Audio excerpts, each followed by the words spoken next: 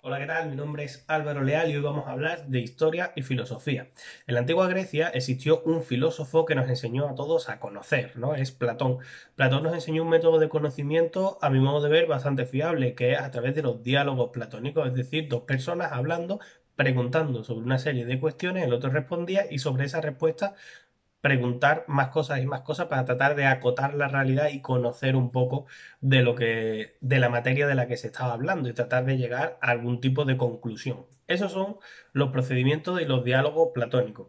Frente a esta manera de conocer, siempre hemos visto en la historia la manera del conocimiento mesiánico, ¿no? La verdad mesiánica, que es esa verdad que viene dada por Dios, por ejemplo, en las tablas, viene dada por Dios y por tanto es tú planteas todo tu conocimiento a través de esa verdad, que es una verdad inexpugnable, es decir, nadie puede hablar contra esa verdad, eso es la realidad. Y a partir de ahí conocemos el mundo, ¿no? Como digo, son dos teorías totalmente distintas, tanto Platón o Aristóteles, que fueron unos filósofos que hicieron un trabajo muy profundo por entender la realidad, por entender la historia, por entender las sociedades y a los hombres, y a través de ese conocimiento individual construyeron teorías filosóficas. Lo contraponemos a ese conocimiento mesiánico, que es ese conocimiento, como digo, de una verdad que viene dada de manera divina y que todo se construye alrededor de eso. Pero no solo eso, sino que conforme va avanzando la línea histórica tenemos grandes verdades divinas o verdades mesiánicas como serían las ideologías. Por ejemplo, el marxismo parte de una idea central que es que la historia es la historia de la lucha de clases.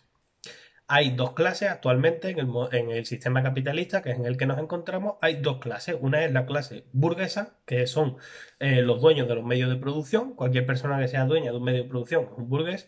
Y todo lo demás son proletarios. Y por tanto, para llegar a un mundo que previsiblemente será mejor, ¿no? Que será ese mundo comunista, pues hay que fomentar la idea de la lucha de clases, porque como toda la historia es la historia de la lucha de clases, es decir, la historia cambia en función de la lucha de clases, pues si todos los proletarios se unen y derrocan a la burguesía, pues se llegará a ese sistema que será previsiblemente mejor que el capitalista. Como digo, esto es un axioma, es decir, eso es una raíz fundamental del pensamiento, es una verdad prácticamente religiosa, catequista, de la izquierda, ¿no? De la izquierda marxista, de los marxistas, que, como decía Lenin, si la realidad no concuerda con la teoría, pues peor para la realidad, porque es que la teoría no puede estar mal, porque la teoría es así, viene dada, es divina. Solo que en este caso no te la ha dado Dios, te la ha dado Marx.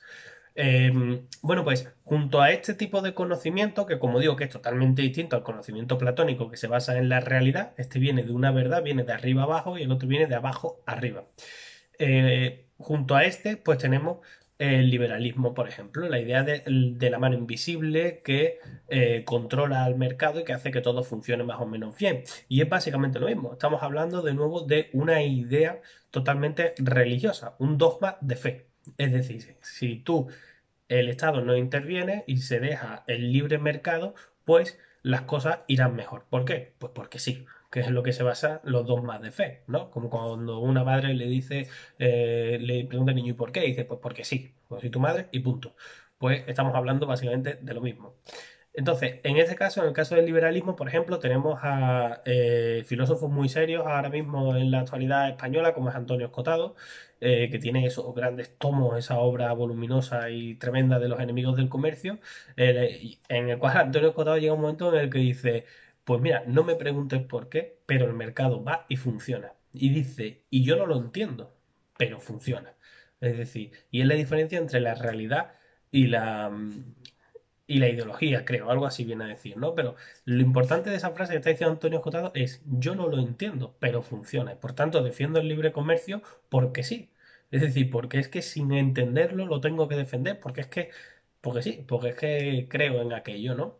Bueno, pues yo creo que a día de hoy nos encontramos, como siempre, en la historia, en la filosofía y, por supuesto, en la política, entre esta dicotomía que viene de un largo recorrido, que es entre el conocimiento a través de la experiencia y de la realidad y el conocimiento a través de un dogma de fe.